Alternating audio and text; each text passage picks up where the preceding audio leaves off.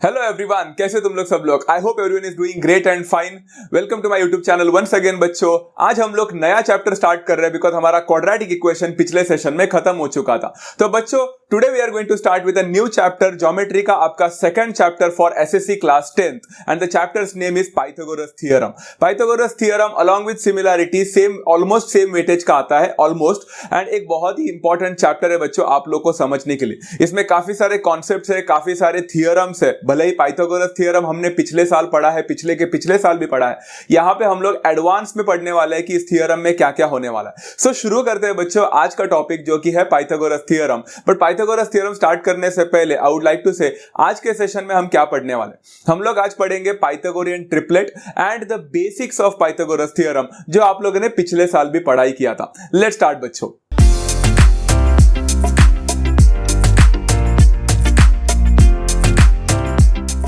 सो Pythagoras theorem में सबसे पहला टॉपिक रहेगा हमारा पाइथागोरियन ट्रिपलेट। बच्चों, पाइथागोरियन ट्रिपलेट मतलब क्या होता है? सबसे पहले मैं आपको बताना चाहता हूं ट्रिपलेट का मतलब क्या है। ट्रिपलेट मतलब कोई भी तीन नेचुरल नंबर, कोई भी तीन नंबर को हम ट्रिपलेट बोलते हैं। बट कोई भी तीन नंबर पाइथागोरियन ट्रिपलेट कब बनता है, ये जानने के लिए सबसे पहला इस सेंटेंस को अच्छी तरह से समझते हैं। In a triplet of natural numbers, if the square of the largest number is equal to the sum of the squares of the remaining two numbers, then the triplet is called as a Pythagorean triplet. मतलब समझा नहीं? Let's try to understand. In a triplet of natural number, कोई भी तीन natural number लेना, but उसका एक condition satisfy होना चाहिए। जो मैंने यहां पे ना कंसीडर कर लिया कोई भी एक ट्रिपलेट, फॉर एग्जांपल 6, 8 एंड 10। मैंने ये नेचुरल नंबर का एक तीन नंबर का सेट लिया, ट्रिपलेट लिया। तो let's try to understand the condition यहां पे। If the square of the largest number, यहां पे लार्जेस्ट नंबर हमेशा से उठाना है आपको। तीन नंबर में सबसे लार्जेस्ट नंबर उठाओगे। यहां पे लार्जेस्ट नंबर कौन सा बच्चा? Very good, the largest number over here is 10। तो square of the largest number मतलब 10 का स्क्वायर हो जाएगा। 10 का स्क्वायर निकाला मैंने, मुझे 100 मिला। मैंने इसको बाजू में रखा। फिर यहां पे बोला है बच्चा sum of the squares of the remaining two number. अब लार्जेस्ट नंबर मैंने ले लिया, तो रिमेनिंग टू नंबर मेरे पास कौन सा बचेगा बच्चों? Obviously that will be 6 and 8। तो उसका ना बच्चा स्क्वायर लेकर उसका सम करना है, sum of the squares of the. तो सम ऑफ द स्क्वायर्स मतलब 6 का स्क्वायर और 8 का स्क्वायर करेंगे। Very simple thing.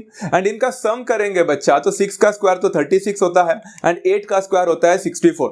36 और 64 को जब मैंने ऐड किया तो मुझे मिला यहां पे answer to be 100। A very simple thing to understand. बच्चों, जैसे मुझे यहाँ पे 36 और 64 का एडिशन 100 मिला, देखो बच्चों दोनों यहाँ पे मैंने येलो पैचेस में बताया आपको, तो समझ में आ जाएगा आपको। पहले वाले में भी आपको 100 मिला है, दूसरे वाले में भी 100 मिला है। मतलब क्या ये दोनों इक्वल हो गए? फैंटास्टिक बच्चा, ये दोनों इक्वल हो गए। जब ऐसे कंडीशन इक्वल हो जाते हैं ना बच्चा, जहां पे लार्जेस्ट नंबर का स्क्वायर बाकी के दो नंबर के स्क्वायर का एडिशन का इक्वल बन जाता है, तब हम बोलते हैं बच्चा ये जो तीन नेचुरल नंबर्स के ट्रिपलेट थे आपके पास, वो ना बच्चों पाइथागोरियन ट्रिपलेट बन जाते हैं। मतलब 6, 8 and 10 becomes a Pythagorean triplet over here in this case, and it was as simple as that। बहुत सिंपल है बच्चा, हम लोग ने ये सारी चीजें पहले भी पढ़ाई की है, कुछ नया नहीं है। बट आपके एग्जाम में फिर से आने वाले 1 मार्क के लिए तो ये सारे सवाल समझना और इसको अच्छी तरह से प्रैक्टिस करना बनता है। Okay, let's try to understand some questions बच्चों। आज बहुत से सिंपल क्वेश्चंस हम लोग करने वाले। प्रैक्टिस से 2.1 का सबसे पहला question, identify with reason which of the following are Pythagorean triplets. And यहाँ पे क्वेश्चन है बच्चा सब क्वेश्चन 1 354। तो 354 पाइथागोरियन ट्रिपलेट है कि नहीं चेक करने के लिए हमने क्या कंडीशन देखा बच्चा? सबसे बड़ा नंबर पहला देखेंगे, यहां पे है 5, उसका स्क्वायर निकालेंगे। तो 5 का स्क्वायर होता है 25। सिंपल, चाहो तो इसको इक्वेशन नंबर 1 करके मार्क करो, नहीं किया तो भी चलेगा। उसके बाद में बाकी के दो नंबर का स्क्वायर का एडिशन, मतलब 3 का स्क्वायर और 4 का स्क्वायर का addition, that will give me बच्चा 9 प्लस 16। 9 प्लस 16 होता है 25। ऊपर भी आपको 5 का स्क्वायर भी 25 ही मिला एंड नीचे ये दोनों का स्क्वायर का सम भी आपको 25 ही मिला। तो कंडीशन सेटिस्फाई हुआ? हाँ, तो कंडीशन सेटिस्फाई हो रहा है, इसलिए मैं बोल सकता बच्चा जो 5 स्क्वायर था वो मेरा 3 स्क्वायर और 4 स्क्वायर का एडिशन के इक्वल था। एंड ये कंडीशन सेटिस्फाई होने के वजह से मैं बोल सकता हूं the numbers 3, 5 and 4 actually become a Pythagorean triplet and it's as simple as that. बहुत सिंपल क्वेश्चन है बच्चा, इसलिए फटाफट भगा भी रहे हैं एंड समझ भी आया ही होगा आप लोग को, कुछ डिफिकल्ट तो है ही नहीं ऐसे type of question. One more question for the same बच्चा, वही same to same type of question में सब क्वेश्चन 2, 4, 9 एंड 12, क्या ये पाइथागोरियन ट्रिपलेट बन रहा है क्या? अब आगे के बच्चों ना आप लोग सॉल्व करोगे एंड उसके बाद में ये वीडियो को रेज्यूम करोगे। आप वीडियो को पॉज करके देखना अच्छी तरह से, पहला सॉल्व करना, फिर जाके देखना आप लोग राइट हो कि नहीं। यहां पे सबसे बड़ा नंबर है 12, तो 12 का स्क्वायर होगा 144। फिर मैं बाकी के दो नंबर का स्क्वायर करूंगा एंड एडिशन करूंगा, 4 स्क्वायर एंड 9 स्क्वायर। 4 का स्क्वायर होता है बच्चा 16 एंड 9 का स्क्वायर होता है 81। अब 16 और 81 को ऐड करने पर मुझे 144 मिलता है क्या बच्चों? The answer is no. 16 और 81 को ऐड करेंगे तो मुझे 97 मिलता है। 97 और 144 कहा, तो मतलब मुझे लगता है 12 का स्क्वायर जो है that is not equal to 4 का स्क्वायर और 9 का स्क्वायर का एडिशन। ऑफ कोर्स ना बच्चा। एंड अगर ये कंडीशन फुलफिल नहीं होता है तो क्या ये पाइथागोरियन ट्रिपलेट माना जाएगा? डेफिनेटली नॉट बच्चों। यहां पे हो जाएगा 4, 9 and 12 are not a Pythagorean triplet at all, and that's how you complete this question as well. It is as simple as that. ऐसे टोटल 6 क्वेश्चन है बच्चों आप लोग के लिए। मैं सारे के सारे क्वेश्चन तो ले रहा हूं, बट आप लोग खुद से प्रैक्टिस भी कर सकते हैं। सब क्वेश्चन नंबर 3 है, 5, 12 एंड 13। सेम प्रोसीजर बच्चा, सबसे बड़ा नंबर लो। सबसे बड़ा नंबर 13 है, 13 का स्क्वायर यहां पे 169 बनेगा बच्चों। उसके बाद में 5 का स्क्वायर और 12 का स्क्वायर का एडिशन करना है। 5 का स्क्वायर 25 बनता है, 12 का स्क्वायर 144 बनता है। 25 और 144 थैंकफुली हम लोग को 169 मिल जाता है। तो यहां पे मैं देख सकता हूं बच्चों कि 13 का स्क्वायर जो है वो 5 का स्क्वायर और 12 का स्क्वायर का एडिशन परफेक्ट बैठ रहा है। अगर वो हो रहा है तो आई कैन से बच्चा 5, 12 and 13 is a Pythagorean triplet and it is as simple as that. Easy ना है बच्चा, बहुत सिंपल है ना, सिर्फ कैलकुलेशन करना आना चाहिए, चेक करना आना चाहिए, राइट। नेक्स्ट वाला question for all of you guys. The next question is यहां पे सेम टू सेम का सब क्वेश्चन नंबर 4, 24, 70, 74। आप देख सकते हो बच्चों सिर्फ बड़े नंबर हो रहे हैं, अभी नंबर थोड़े बड़े बड़े हो रहे हैं, बट फॉर्मूला सारी चीजें तो सेम ही है, लॉजिक तो सेम है। तो यहां पे ना बच्चा सबसे पहले हम सबसे बड़ा नंबर जो कि 74 है उसका स्क्वायर निकालेंगे। और 74 का स्क्वायर आप तो निकाल ही सकते हो। इसका आंसर आपको मिलेगा बच्चा 5476। उसके बाद ना बाकी के दो नंबर का स्क्वायर का एडिशन करूंगा, 24 स्क्वायर और 70 स्क्वायर। 24 का स्क्वायर होता है 576 एंड 70 का स्क्वायर होता है 4900। अगर मैंने 4900 को 576 से ऐड किया तो मुझे 5476 ही मिलेगा आंसर। अगर मुझे ये आंसर मिल रहा है इसका ये मतलब हो गया कि 74 का जो स्क्वायर है वो actually that is perfectly exactly equal to 24 square and 70 square का एडिशन। क्लियर है? So is it a Pythagorean triplet? Yes, of course it is a Pythagorean triplet. So finally 24, 70 and 74 is a Pythagorean triplet. As simple as that, right? चलो one more question बच्चों, यहाँ पे सब question number 5 है, the second last question for this particular topic। 10, 24 and 27। 27 का square निकालेंगे because सबसे बड़ा नंबर 27 है। 27 का स्क्वायर होता है 729। उसके बाद में 10 का स्क्वायर निकालूंगा, 24 का स्क्वायर निकालूंगा और उनको ऐड करूंगा बिकॉज बाकी के दो नंबर का एडिशन। 10 का स्क्वायर होता है 100, 24 का स्क्वायर होता है 576। 100 और 576 को ऐड करोगे तो क्या आपको 729 मिलेगा? नहीं, मुझे तो 676 मिल रहा है। तो क्या ये दोनों इक्वल हुए? बिल्कुल नहीं। मतलब 27 का स्क्वायर क्या वो इक्वल होगा बच्चा? बिल्कुल भी नहीं। It will not be equal to 10 square and 24 square का एडिशन। अगर वो इक्वल नहीं होता है तो कंडीशन सेटिस्फाई नहीं हुआ। इसीलिए क्या ये पाइथागोरियन ट्रिपलेट बनेगा? No. 10, 24 and 27 is not at all a Pythagorean triplet and that's how you conclude with this question as well. As simple as that, है ना बच्चा? बहुत सिंपल सा क्वेश्चन। एक और क्वेश्चन लेते हैं बच्चा, last question for this particular topic। identify with reason which of the following are Pythagorean triplets में सब क्वेश्चन नंबर 6। 11, 60 एंड 61। सबसे बड़ा नंबर कौन सा बच्चा? 61। 61 का स्क्वायर कितना होता है बच्चों? 3721। 3721 होने के बाद मैंने 11 का स्क्वायर निकाला और 60 का स्क्वायर निकाल के उनका एडिशन किया। 11 का स्क्वायर होता है 121, 60 का स्क्वायर होता है 3600। बच्चों इन दोनों का एडिशन 121 और 3600 का बनता है 3721। अगर आप देख सकते हो बच्चा 3721 दोनों में मैच कर रहा है क्या? बेशक मैच कर रहा है बच्चा यहाँ पे। so that's why I can say 61 का square is actually equal to 11 का स्क्वायर प्लस 60 का square and that's why I say 11, 60 and 61 is a Pythagorean triplet and it is as simple as that। कितना easy question था ना बच्चों। आई hope everyone has understood this type of questions. Very very very simple है। Pythagorean triplet से related इतने ही questions हैं and हमने खत्म कर दिया आज का सेशन। जैसे मैंने बोला था बच्चों, हम लोग आज दो चीजें पढ़ने वाले हैं। पहला है पाइथागोरियन ट्रिपलेट एंड दूसरा है problems related to the basic Pythagoras theorem. Basic problems बच्चा, बहुत ही सिंपल।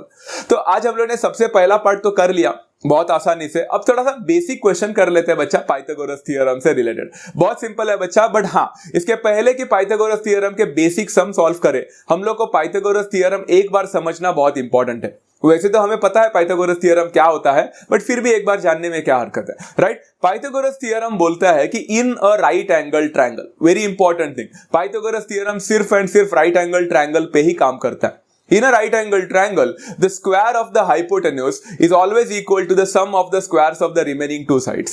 अब बच्चों सच बोलो ना तो ये चीज है ना पाइथागोरियन ट्रिपलेट से कंप्लीटली मैच करता है. कैसे? Let's try to understand. ये रहा मेरा यहाँ पे एक राइट एंगल ट्रायंगल.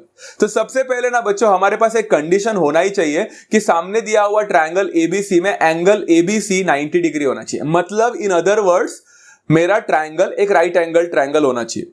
अगर मेरा ट्रायंगल राइट एंगल ट्रायंगल होता है, यहां पे मेरा केस है एबीसी अगर 90 डिग्री होता है, तो बच्चों the square of the hypotenuse, hypotenuse कौन सा है बच्चा? यहां पे 90 डिग्री के सबसे आगे वाला सबसे बड़ा नंबर, जो सबसे बड़ा साइड होता है वो हमारा हाइपोटेन्यूज होता है. हाइपोटेन्यूज यहां पे एसी है. तो स्क्वायर ऑफ द हाइपोटेन्यूज मतलब एसी का square must always be equal to the sum of the squares of the remaining two sides. Sum of the squares of the remaining two sides. Remaining to side कौन सा बचेगा बच्चा? AC निकल गया तो AB बचेगा and BC बचेगा. सम of the squares मतलब AB का स्क्वायर प्लस BC का स्क्वायर. ये सारे लोगों को पता है बच्चा, बहुत ही सिंपल फंडामेंटल है, इसमें कुछ भी तरह का डिफिकल्ट नहीं था. हम लोग इसको अलग वे से भी बोलते थे, बच्चे बोलते हैं कभी कभी hypotenuse square is equal to side 1 square plus side 2 square, है ना? ऐसा कुछ तो बोला है आप लोगों ने. परपेंडिकुलर स्क्वायर प्लस बेस का स्क्वायर, ऐसे काफी सारे अलग अलग से वर्ड में आप लोगों ने जाना है पाइथागोरस थ्योरम को. बट ओवरऑल क्या होता है? हाइपोटेन्यूज का स्क्वायर हमेशा बाकी के दो साइड का स्क्वायर का एडिशन होता है. बस उतना ही याद रखना है. अब वेरी सिंपल फंडामेंटल बच्चों, कुछ भी तरह का डिफिकल्टी इसमें नहीं है. Right, let's try to solve one question बच्चों related to this. Problem set का 2 का क्वेश्चन है बच्चा. Question number 2, solve the following examples. उसमें बोला है बच्चा क्वेश्चन नंबर 4 है, sub question number 4. Find the length of the hypotenuse of a right angle triangle if the remaining sides are 9 cm and 12 cm. इतना ही दिया है बच्चों क्वेश्चन में, बट डायग्राम नहीं दिया है. मैंने आप लोग के लिए डायग्राम भी बना के दिया है बच्चों, ताकि आप लोग को ये सारे चीजें आसान हो सके. मैं तो चाहता हूं कि आप भी एग्जाम में डायग्राम बना के आओ, so that you will get a clarification about the question perfectly. जैसे कि देखो ना, मैंने यहाँ पे एक ट्रायंगल बना दिया. क्यों ऐसे किया? Find the length of the hypotenuse of a right angle triangle. तो मैंने राइट एंगल ट्रायंगल बना दिया. उसमें बोला है कि रिमेनिंग साइड्स, अगर हाइपोटेन्यूज निकालना है तो रिमेनिंग साइड देकर रखा है, वो है 9 सेंटीमीटर एंड 12 सेंटीमीटर. मैंने यहाँ पे 9 सेंटीमीटर AB को दे दिया एंड 12 सेंटीमीटर BC को दे दिया. वैसे तो आप किसी को भी इंटरचेंज कर सकते थे बिकॉज डायग्राम आपका है. तो यहाँ पे हम लोग को हाइपोटेन्यूज निकालने बोला. सबसे पहले बच्चों सबको पता है ट्रायंगल ABC में एंगल ABC 90 डिग्री है, मतलब ये राइट एंगल ट्रायंगल है. अगर ये राइट एंगल ट्रायंगल बन जाता है तो क्या मैं इसमें पाइथागोरस थ्योरम अप्लाई कर सकता हूं? बेशक. पाइथागोरस थ्योरम क्या बोलता है? हाइपोटेन्यूज का स्क्वायर मतलब AC का square is equal to the sum of the squares of the remaining two sides, मतलब AB का स्क्वायर एंड BC का स्क्वायर. अब बच्चों यहाँ पे पाइथागोरस थ्योरम करके रीजन लिखने के बाद आपको AC का स्क्वायर का वैल्यू मिल जाएगा. AB का स्क्वायर मतलब 9 स्क्वायर प्लस BC का स्क्वायर मतलब 12 का स्क्वायर. 9 का स्क्वायर होता है 81, 12 का स्क्वायर होता है 144. 81 और 144 को ऐड करके देखो बच्चों, आपको 225 मिलेगा. बच्चों जब आपको AC का स्क्वायर 225 मिला तो आप AC का वैल्यू कैसे निकालते हो बच्चों? By taking square root. Fantastic. AC square अगर 225 है तो AC कितना हो जाएगा? 225 का स्क्वायर रूट. व्हाट इज 225 का स्क्वायर रूट? 15. तो यहां पे मिलेगा 15 सेंटीमीटर, बिकॉज यहां पे क्वेश्चन में सेंटीमीटर लिखा था एंड मुझे AC 15 सेंटीमीटर बोला है. AC क्या था बच्चा? AC was the length of the hypotenuse. So इसलिए फाइनल स्टेटमेंट रहेगा बच्चा, length of the hypotenuse is equal to 15 centimetre and that's how you conclude a 2 mark question for a basic Pythagoras theorem का sum. It was as simple as that. है ना बच्चा? बहुत basic and simple to understand. चलो let's take one more question. Problem set का ही लिया है बच्चा, क्वेश्चन नंबर 2 का ही है. सब क्वेश्चन नंबर 4 के जगह पे सब क्वेश्चन नंबर 3 लिया. अब यहां पे find the length of the diagonal of a rectangle. Oh my God, अभी हम लोग ट्रायंगल की बात नहीं कर रहे, यहां पे इन्होंने रेक्टेंगल ला दिया. अब रेक्टेंगल लाकर इन्होंने क्या किया? Let's try to understand. मैंने यहां पे रेक्टेंगल बना दिया आप लोगों के लिए बच्चों, क्योंकि उन्होंने क्या बोला मालूम है? Find the length of the diagonal of a rectangle. Diagonal का मतलब समझते हो ना बच्चा? Diagonal is nothing but a segment which joins the opposite vertices. है ना? यहां पे देखो ना, opposite vertex A and C opposite vertex है, उनको ज्वाइन करने वाला जो AC दिख रहा है आपको वो डायगोनल है. तो डायगोनल का निकालने को बोला यहां पे, length of the diagonal, and उसके साइड देके रखा है बच्चा 11 सेंटीमीटर एंड 60 सेंटीमीटर. जाहिर सी बात है बच्चों, आई होप सब लोग को पता है कि रेक्टेंगल में 2 ही साइड्स होते हैं, एक लेंथ होता है एक ब्रेड्थ होता है. तो मैंने 60 सेंटीमीटर लेंथ को दे दिया, ब्रेड्थ को 11 दे दिया. डायग्राम काफी सिंपल था बच्चों. How many of the students know कि रेक्टेंगल में हमेशा से every angles are always 90 degree. बचपन से सीखा है, सबको पता है। तो बच्चों मैंने जब यहाँ पे डायगोनल बना दिया, आपको नहीं लगता बच्चा यहाँ पे दो राइट एंगल ट्रायंगल्स क्रिएट होते हैं whenever we draw a diagonal for a rectangle? Yes बच्चों, जैसे ही मैंने यहाँ पे AC बना दिया, आप देख सकते हो बच्चों मुझे यहाँ पे ट्रायंगल ABC करके दिख रहा है, जो मैंने यहाँ पे शेड करके रखा है। चाहो तो आप ABC के जगह पे ADC भी ले सकते थे, उससे फर्क नहीं पड़ता, बट मैंने ABC ले लिया बिकॉज वो ज्यादा आसान है। क्या मैं बोल सकता हूं एंगल ABC 90 डिग्री है? यस बच्चा, एंगल ABC 90 डिग्री है। चाहो तो यहाँ पे बाजू में आप लोग ना रीजन लिख सकते थे एंगल ऑफ अ रेक्टेंगल करके, मैंने यहाँ पे लिखा नहीं है, you could have written that part. Okay, अगर एंगल ABC 90 डिग्री है तो क्या मैं यहाँ पे पाइथागोरस थ्योरम अप्लाई कर सकता हूं? डेफिनेटली। पाइथागोरस थ्योरम क्या बोलता है बच्चा? हाइपोटेन्यूज का स्क्वायर। बच्चा यहाँ पे हाइपोटेन्यूज कौन है? जो रेक्टेंगल का डायगोनल है ना, वही हमारा हाइपोटेन्यूज है। मतलब AC का square is equal to AB का स्क्वायर प्लस BC का स्क्वायर। सेम रीजन रहेगा बाय पाइथागोरस थ्योरम। AC का स्क्वायर नहीं पता, AB का स्क्वायर है 11 स्क्वायर, BC का स्क्वायर है 60 का स्क्वायर। 11 का स्क्वायर होता है 121, 60 का स्क्वायर होता है 3600। 3600 और 121 को ऐड करो, 3721 मिलेगा। बहुत सारे बच्चे यहाँ पे थोड़ा कंफ्यूज होते हैं, उनको अगर AC का स्क्वायर 3721 मिला तो AC कितना निकालना है? तो 3721 का स्क्वायर रूट निकालना पड़ेगा। बहुत सारे बच्चे सर खो जाते हैं, अरे 3721 का स्क्वायर रूट कैसे निकाले सर? 4 डिजिट नंबर है बच्चा, बहुत डेंजर है सर, कैसे करेंगे? तो उसके लिए लॉजिक लगा सकते हो बच्चों आप लोग, काफी सिंपल सा लॉजिक होता है। जैसे आप देख रहे हो बच्चों 60 का स्क्वायर 3600 है एंड 3721 3600 से जस्ट ज्यादा है, थोड़ा सा ही ज्यादा है। तो जाहिर सी बात है बच्चा 3721 ये 60 से थोड़ा आगे वाला नंबर ही कोई तो रहेगा। जरा सोचो ना बच्चा, 61 रहेगा, 62 रहेगा, 63 रहेगा, ये तो पता ही रहेगा आप लोग को। लास्ट में आपको 1 मिलना चाहिए, तो ऐसा कौन सा नंबर है जो आपको लास्ट में 1 देता है? 1 1 are 1। तो जाहिर सी बात है बच्चा, इसका आंसर 61 ही होना चाहिए। ट्राई इट आउट बच्चों, आप लोग ट्राई करके देख सकते हो। तो AC का वैल्यू आपको यहाँ पे 61 सेंटीमीटर मिलेगा, बिकॉज क्वेश्चन में यूनिट सेंटीमीटर दिया था। क्लियर है बच्चा? यहाँ पे उन्होंने बोला था find the length of the diagonal. AC actually happens to be the diagonal only, इसलिए फाइनल स्टेटमेंट रहेगा बच्चा length of the diagonal of a rectangle is 61 centimetre. That's how you conclude with this particular question as well, and it was as simple as that. चलो एक और क्वेश्चन लेते हैं बच्चा, same to same. Same question है बच्चा, practice है 2.1 में पाया गया है। क्वेश्चन नंबर 8 है। सेम से मैंने बोला बच्चा, देखो find the diagonal of a rectangle, इसलिए मुझे लगता है ये वाला क्वेश्चन को आप पॉज करके अच्छी तरह से सॉल्व कर सकते हैं। यहाँ पे लेंथ बोला है 35 एंड ब्रेड्थ बोला है 12। Remaining question same to same है बच्चा। इन ट्रायंगल ABC, मैंने ABC को यहाँ पे शेड कर दिया, तो हम लोग बोल सकते हैं एंगल ABC 90 डिग्री है because it's a angle of a rectangle. अगर हम लोग यहाँ पे बोलेंगे तो पाइथागोरस थ्योरम अप्लाई करेंगे, AC square is equal to AB square plus BC square. Reason लिखना, AC स्क्वायर चाहिए रहेगा तो AB स्क्वायर यहाँ पे है 12 का स्क्वायर, BC स्क्वायर है 35 का square. It's an entirely the same question बच्चा। 12 का स्क्वायर 144 होता है, 35 का स्क्वायर निकालो 1225 मिलेगा। फिर इन दोनों को ऐड करना बच्चा, यू विल गेट 1369। फिर से यहाँ पे थोड़ा सा कंफ्यूजन हो सकता है। AC का स्क्वायर मिला 1369। अब तुम लोग सोचोगे ये किसका स्क्वायर रूट है? 1369 का स्क्वायर रूट क्या है? तो बच्चों आप देख सकते हो 35 का स्क्वायर 1225 है एंड 1369 उससे थोड़ा ज्यादा है। तो नंबर्स क्या क्या हो सकते हैं? या तो 36 हो सकता है, 37 हो सकता है, 38 हो सकता है, कुछ तो हो सकता है।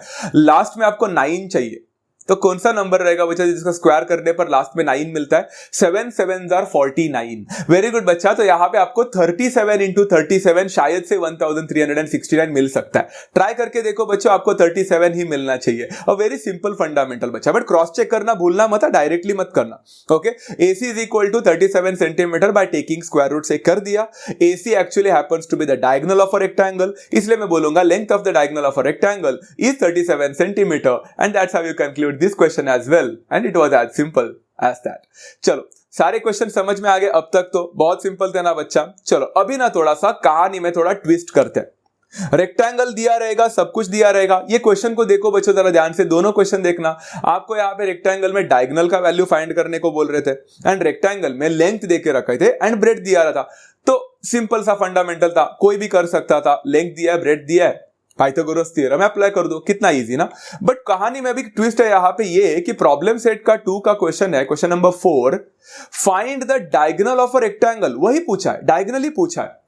बट इस बार ना बच्चों आप लोग देख सकते हो बच्चों, इसमें ना आपको लेंथ देके रखा है वो है 16 centimetre, but instead of giving us the breadth बच्चों उन्होंने ब्रेड्थ नहीं दिया है, उन्होंने हमें यहां पे एरिया दिया है। तो बच्चों ब्रेड्थ गायब हो गया, एरिया मिला। एंड सबको पता है बच्चा बिना ब्रेड्थ के मैं यहां पे पाइथागोरस थ्योरम अप्लाई तो नहीं कर सकता, एंड अगर मुझे ब्रेड्थ नहीं मिला तो मुझे डायगोनल नहीं मिलेगा, एंड मुझे डायगोनल चाहिए कैसे भी करके। तो यहाँ पे जो एरिया देके रखा है, कुछ नया दिया है, कुछ ना कुछ तो उसका इस्तेमाल करना ही पड़ेगा ना, ऐसा खाली फुकट का तो नहीं दिया रहेगा, कुछ यूज करने के लिए दिया होगा। तो यहाँ पे जो एरिया दिया है उसका इस्तेमाल करना पड़ेगा। Let's try to do that बच्चा। सबसे पहले एरिया दिया है मतलब एरिया ऑफ अ रेक्टेंगल का फॉर्मूला आ गया। अब एरिया ऑफ अ रेक्टेंगल का फॉर्मूला कितने लोगों को पता है बच्चा? Area of a rectangle ABCD is always equal to length multiplied by breadth, बराबर ना। हमें 192 स्क्वायर सेंटीमीटर दिया है, but we all know that area of quadrilateral ABCD is length multiplied by breadth. Simple thing to understand बच्चा। Okay, अब ना बच्चों area of quadrilateral ABCD is equal to length into breadth, but area of rectangle ABCD हमें 192 मिला है, इसलिए मैं यहां पे देयरफॉर 192 करूंगा is equal to length. Length कितना देके रखा है बच्चा? क्वेश्चन में भी देख सकते हो, डायग्राम में भी देख सकते हो बच्चा। It is BC multiplied by AB। Is that clear? यहां पे 192 एज इट इज रहेगा। BC मेरा कितना है बच्चा? 16 देके रखा है मल्टीप्लाइड बाय AB। सिंपल। अब मुझे अगर AB का वैल्यू फाइंड करना है तो मुझे 16 को वहां पे शिफ्ट करना पड़ेगा। तो 192 divided by 16 will become the value of AB। अब 16 कौन से टेबल में आ जाएगा? तो मतलब 16 के टेबल में कब 192 आता है? 16 10s are 160 एंड उसके बाद और 32 चाहिए, मतलब 2, मतलब 12 होना चाहिए। आप चाहो तो कैंसिलेशंस करके देखो बच्चों, 12 मिलना चाहिए। Let's try doing that part. So AB का वैल्यू यहाँ पे कितना मिलता है बच्चा? मुझे तो यहाँ पे 12 सेंटीमीटर मिल गया, आप लोग ट्राई करके देख सकते हो। AB का वैल्यू यहाँ पे 12 सेंटीमीटर मिलने के बाद मैंने यहां पे लिख लिया AB is equal to 12 centimetre. कुछ नया मिला, ब्रेड्थ मिला, काम खत्म हो गया। अब हम लोग वही रूटीन करते हैं जो हम लोग ने पिछले वाले में किया था। AB का वैल्यू 12 मिला ना, अब बोल सकता हूं in triangle ABC angle ABC is equal to 90 degree, same to same. तो क्या मैं यहां पे पाइथागोरस थ्योरम अप्लाई कर सकता हूं? यस। हाइपोटेनस का स्क्वायर मतलब AC का square is equal to AB का स्क्वायर प्लस BC का स्क्वायर बाय पाइथागोरस थ्योरम। यहां पे AC का स्क्वायर नहीं पता है, AB का स्क्वायर अभी फ्रेश मिला बच्चा हम लोग को 12 का स्क्वायर, प्लस BC का स्क्वायर ऑलरेडी देकर रखा था 16 का स्क्वायर। तो यहां पे 12 का स्क्वायर होता है 144, 16 का स्क्वायर होता है बच्चा 196। 144 plus 196 gives me the answer is 400, है ना बच्चा? 400 देता है ना। अगर मैंने इन दोनों को ऐड कर दिया बच्चा तो 400 मिला, तो मुझे AC का स्क्वायर 400 मिल रहा है। अगर AC का वैल्यू चाहिए रहेगा तो we need to take a square root of 400। 400 का स्क्वायर रूट होता है 20, वो तो सबको पता है बच्चा। 20 सेंटीमीटर मिलेगा, reason taking square roots, and AC happens to be the diagonal of a rectangle. इसलिए फाइनल स्टेटमेंट होगा the length of the diagonal of a rectangle is 20 centimetre and it is as simple as that. देखा बच्चा, सिर्फ एक area आने के वजह से क्वेश्चन डिफिकल्ट नहीं हुआ, थोड़ा लेंथी जरूर हुआ, बट वो एरिया का इस्तेमाल करना था हमें ब्रेड्थ निकालने के लिए। Rest of the question remains the same, है ना बच्चा? चलो वन मोर क्वेश्चन बच्चों, प्रैक्टिस से 2.1 का क्वेश्चन है। Find the side and the perimeter of a square whose diagonal is 10 centimetre. Now बच्चों होल्ड योर ब्रेथ। यहां पे ना बच्चा हम लोग रेक्टेंगल की बात नहीं कर रहे, हम लोग यहाँ पे स्क्वायर की बात कर रहे हैं। तो मैंने आपके लिए एक स्क्वायर भी बना दिया, एंड इन्होंने ना बच्चा यहाँ पे थोड़ा इंटरेस्टिंग पार्ट ये है कि इन्होंने इस बार ना पिछले वाले क्वेश्चंस में देखो रेक्टेंगल में आपको साइड्स देके रखे थे एंड आपको डायगोनल निकालने को बोल रहे थे।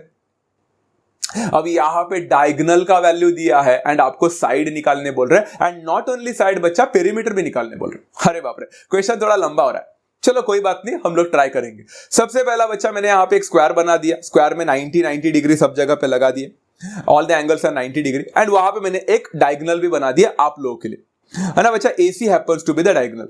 तो यहाँ पे ना बच्चों सबसे पहले हम लोग को फाइंड करना है साइड। अब ना यहाँ पे जैसे ही मैंने डायगोनल बना दिया, आपको नहीं लगता बच्चा मुझे यहाँ पे 2 राइट एंगल ट्रायंगल्स मिल गए हैं? क्वाड्रिलेटरल ABCD स्क्वायर है तो सारे 90 डिग्री हो जाएंगे। हाँ, बट बच्चों सबको ये भी पता रहेगा भी whenever a quadrilateral is a square, उसके सारे साइड इक्वल हो जाते हैं। सबको पता रहेगा बच्चा? अच्छा, यहां पे क्वाड्रिलेटरल ABCD स्क्वायर है, मतलब क्या मैं बोल सकता हूं सारे साइड इक्वल हो जाएंगे, मतलब AB will become equal to BC will become equal to CD will also become equal to AD। बराबर है बच्चा। इसको चाहो तो इक्वेशन नंबर 1 करके बाजू में मार्क कर देना। ये क्यों किया है ये आपको बाद में पता चलेगा, फिलहाल रहने दो। अब यहां पे ना बच्चा मैं साइड्स ऑफ अ स्क्वायर लिखने के बाद इन ट्रायंगल ABC जैसे हम लोग पहले करते आए हैं। मुझे एक बात बताओ बच्चों, ट्रायंगल ABC में क्या एंगल ABC 90 डिग्री है? यस। क्यों? Because it's an angle of a square and square का एंगल हमेशा 90 डिग्री होता है। तो क्या मैं यहां पे पाइथागोरस थ्योरम अप्लाई कर सकता हूं? जरूर कर सकता हूं बच्चा। पाइथागोरस थ्योरम क्या बोलेगा? देयरफॉर AC का square is equal to AB का स्क्वायर प्लस BC का स्क्वायर। क्लियर है बच्चा? एंड यहां पे लिख सकता हूं पाइथागोरस थ्योरम। अब थोड़ा इंटरेस्टिंग पार्ट है, जरा ध्यान से देखो बच्चों। यहां पे ना बच्चा AC का square will be equal to AB का स्क्वायर प्लस, क्या मैं वो BC स्क्वायर के जगह पे फिर से AB स्क्वायर लिख सकता हूं कि नहीं? अब आप सोचोगे कैसे किया? इक्वेशन नंबर 1 को देखो बच्चों।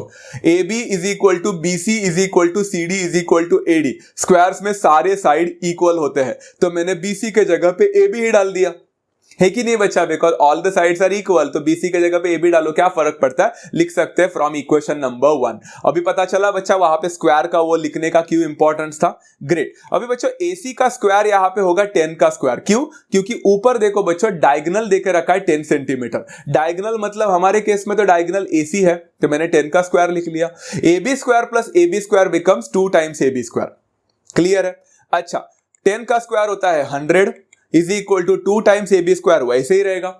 फिर मुझे अगर AB का स्क्वायर निकालना है तो 2 को शिफ्ट करना पड़ेगा, तो हो जाएगा 100 divided by 2 is equal to AB square. बच्चों 100 डिवाइडेड बाय 2 कितना होता है? सबको पता है 50 होता है, तो AB square is equal to 50 बनेगा।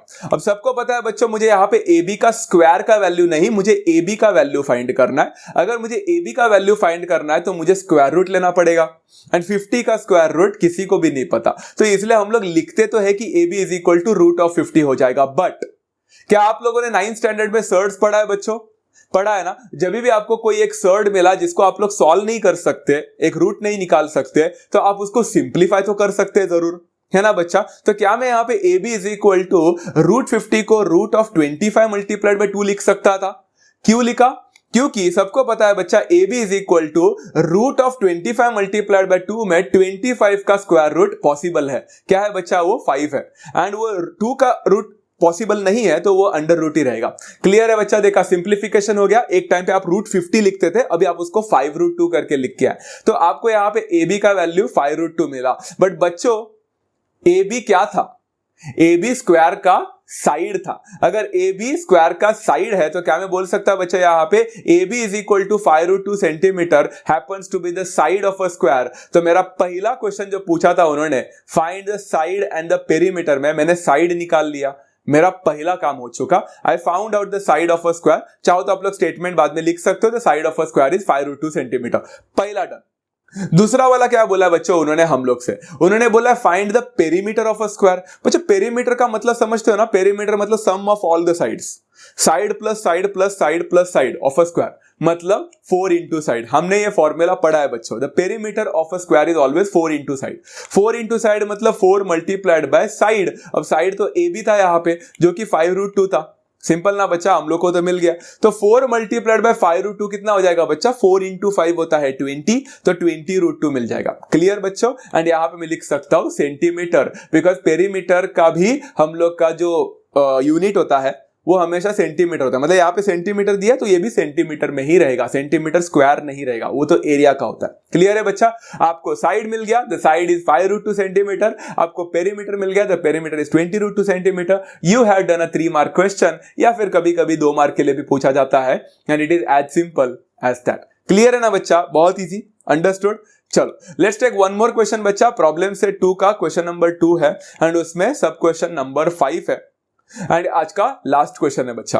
अ side of an isosceles right angle triangle is x, find its hypotenuse. Okay hold on. A side of an isosceles right angle triangle. Okay, they are talking about a right angle triangle, but it's not just a right angle triangle बच्चा, ये एक isosceles right angle triangle है। Isosceles, बच्चों isosceles triangle के बारे में सुना है कभी?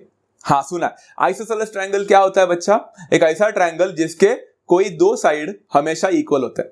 बराबर है। अब आइसोसेलेस राइट एंगल ट्रायंगल मतलब क्या होगा बच्चा, आपके सामने डायग्राम दिखा है, राइट एंगल ट्रायंगल जिसका दो साइड इक्वल है। आप देख सकते हो बच्चा ए बी और बी सी इक्वल है। बच्चा हाइपोटेनस कभी इक्वल नहीं हो सकता, वो सबसे बड़ा होता है, इसलिए वो कभी किसी से इक्वल नहीं हो सकता। तो A B and B C ही हमेशा इक्वल होंगे एक दूसरे के साथ जब वो आइसोसेलेस राइट एंगल ट्रायंगल बनेगा तो, ठीक है। एंड साइड देके रखा है बच्चा, द साइड इज एक्स, मतलब ए बी का वैल्यू भी एक्स है, BC का वैल्यू भी x है, एंड आपको यहां पे हाइपोटेन्यूस मतलब AC निकालना है। चलो स्टार्ट करते हैं बच्चों। In triangle ABC, angle ABC is equal to 90 degree, इसलिए बच्चों यहां पे ट्रायंगल ABC में हम लोग कर सकते हैं पाइथागोरस थ्योरम। बट उसके पहले मैंने यहां पे एक चीज लिख के रखा है बच्चा, in triangle ABC AB is equal to BC दे के रखा है हम लोग को, गिवन है। ये चाहो तो ये गिवन आप लोग बाद में भी लिख सकते थे बच्चा, अरेंजमेंट और फ्लो से फर्क नहीं पड़ता। In triangle ABC AB is equal to BC लिखा, एंड उसके बाद में बोल सकता है बच्चा angle ABC is equal to 90 degree. तो क्या मैं यहां पे पाइथागोरस थ्योरम अप्लाई कर सकता हूं? डेफिनेटली। पाइथागोरस थ्योरम क्या बोलेगा, AC square is equal to AB square plus BC square. Reason, Pythagoras theorem. AC square का वैल्यू फाइंड करना है, पता नहीं है क्योंकि वही हाइपोटेन्यूस है, is equal to AB square के जगह पे मैं x का स्क्वायर लिख सकता हूं। क्यों? क्योंकि AB and BC are the sides of the triangle and वो x उन्होंने दे के रखा था। प्लस क्या मैं BC स्क्वायर के जगह पे भी x लिख सकता हूं, मतलब x का स्क्वायर लिख सकता हूं, बिकॉज वो भी x दे के रखा था, इट वॉज ऑलरेडी गिवन। चलो यहां पे AC square will become x square plus x square होता है बच्चा 2x स्क्वायर। क्लियर है। बट क्या हमें यहां पे AC स्क्वायर का वैल्यू चाहिए? नो, हमें यहां पे चाहिए AC का वैल्यू। तो अगर AC का वैल्यू चाहिए रहेगा तो हमें स्क्वायर रूट लेना पड़ेगा। यहां पे थोड़ा सा सावधान बच्चों, जरा सा आराम से। AC का स्क्वायर रूट ले रहे हो तो AC हो रहा है, इज इक्वल टू बच्चा 2x स्क्वायर का स्क्वायर रूट ले रहे हो तो जरा आराम से एक एक करके देखना। सबसे पहले सोचना 2 का स्क्वायर रूट क्या होता है। 2 का स्क्वायर रूट होता है √2, तो यहां पे √2 लिखा।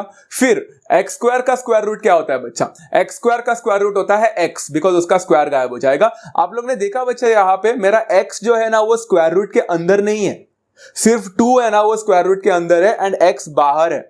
तो यहां पे बच्चे गलती करते हैं कि पूरा अंडर रूट ऑफ 2x लिखते हैं, x भी अंदर लिखते हैं, गलत।